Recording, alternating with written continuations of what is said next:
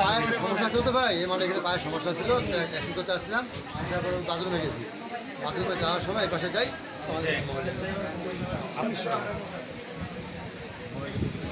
মোবাইলটা কই আনতেছে। হ্যাঁ, আমার মাকে ফোন দিচ্ছি তো, আমার মা আর কি ফোন করে নিয়ে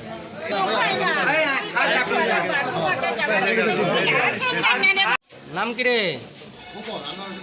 আনোয়ার হোসেন কুতুম। তোর নাম অনেক শুনছি, নামটাও দিয়েছেন, তুই তো ওস্তাদ।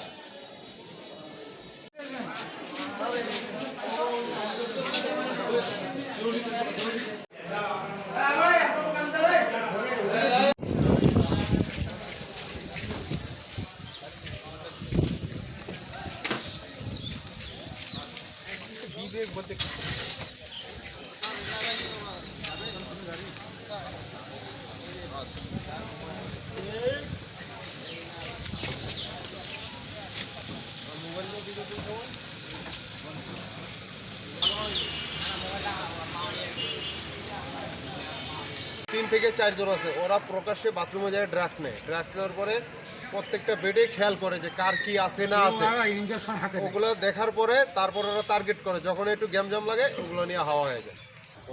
এই গল্প করার ফাঁকি দিয়ে ওই আস্তে করে দরজার ফাঁক দিয়ে নিয়ে চলে গেছে।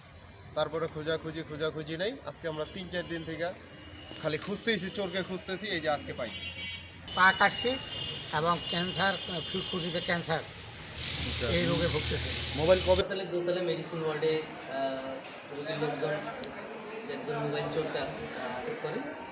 আটক করার পরে আমাদের কাছে হস্তান্তর করে, আমরা পুলিশের কাছে যথাযথ নিয়মে হস্তান্তর করি। পুলিশ তাকে আটক করে থানায় নিয়ে যায়। দুপুরে 2টা বাজে আর আসেনও 8-8:30 বাজে। আসে এনে ওইটা পানির জগটা নাগে দিল, পানির জগটা নিয়ে এটি আনো, দেখো মোবাইলটা উঠে আছে। ওইটা ওঠার পর পানির জগটা আনো, একদম দুপুরে খেলে চর খিলাম নেই, একবার ভাত খাবো করছে খাম। ওফিকে একটা রুগী এঁকে, রুগীটার ওই আমার ফ্যান আমার লোকলা ফেলে দিন, এলা বাচ্চা মুছে টিয়া করি না, চুপ করে একটু ভাত খা।